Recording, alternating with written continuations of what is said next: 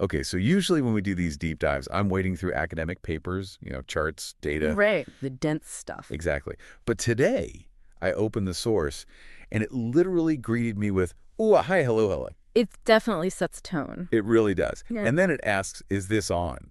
It describes itself as a tiny idea with a heartbeat. I have to be honest, I wasn't sure if I was reading a philosophy text or maybe a script for a very shy cartoon. And it's a bit of both, isn't it? But, you can't let the cuteness fool you. This text is actually proposing a pretty radical shift in how we process information. Okay. It's arguing that our obsession with rigid, cold accuracy is actually hurting our ability to truly understand things. It suggests real understanding is squishy. Squishy and wobbly. Little, yes, cute. I just love how it describes the narrators. It Uh, calls them indoor library whisper voices that accidentally learned how to giggle. it's such a specific vibe. It is. But then you get this tension where one voice is like, "There's a serious knowledge," and the other says, "Yes, but it's also shaped like a bunny." And that's the core thesis right there.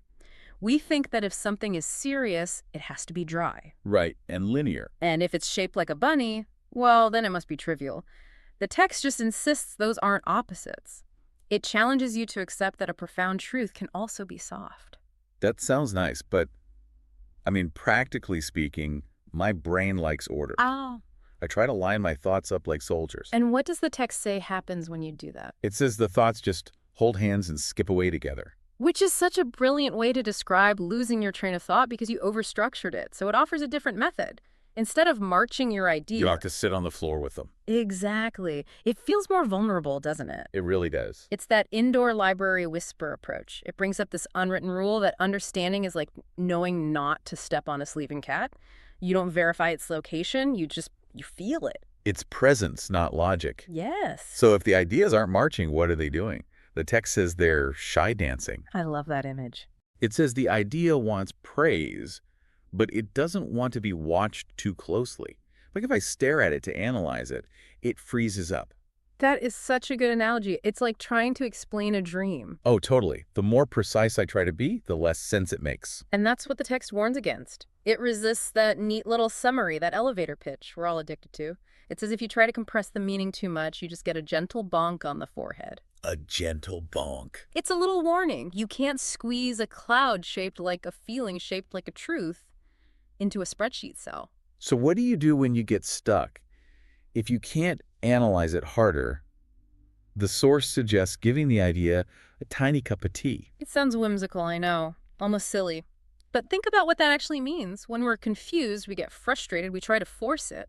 Right. This suggests meeting that confusion with hospitality, not force. You nurture it until it settles. Which leads to the part that kind of blew my mind, the definition of accuracy. I always thought accuracy meant, perfectly correct. And this text says, It says accuracy looks like sparkles and confusion.